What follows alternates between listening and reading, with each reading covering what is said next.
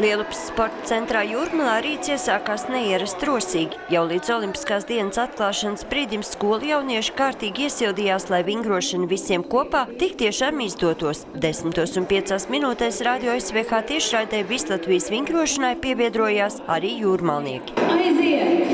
Sānis rokas augšā, sānis lejā.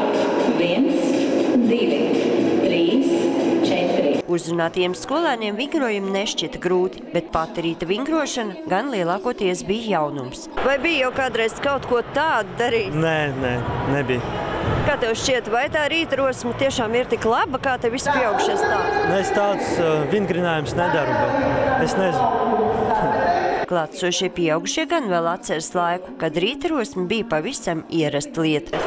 Es atceros gan tos laikus, kad bija televīzija, es atceros, kad bija pa radio, un es atceros, kad man skolā, kurā es mācījos, arī katru rītu mums vajadzēja taisīt rītrosmi.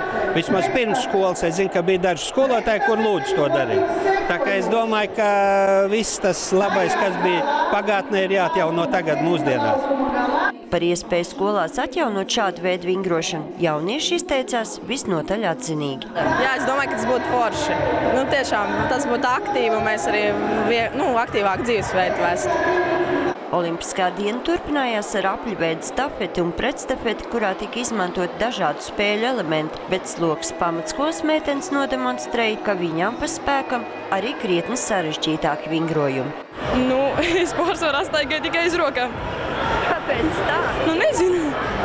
Tev tā viegli padodas? Jā. Cik daudz laika tu veltīji sportiskām aktivitātēm, teiksim, nedēļā? Pagaidām katru dienu, no pirmdienas līdz piekdienai. Cik daudz? 2 stundas. Jā.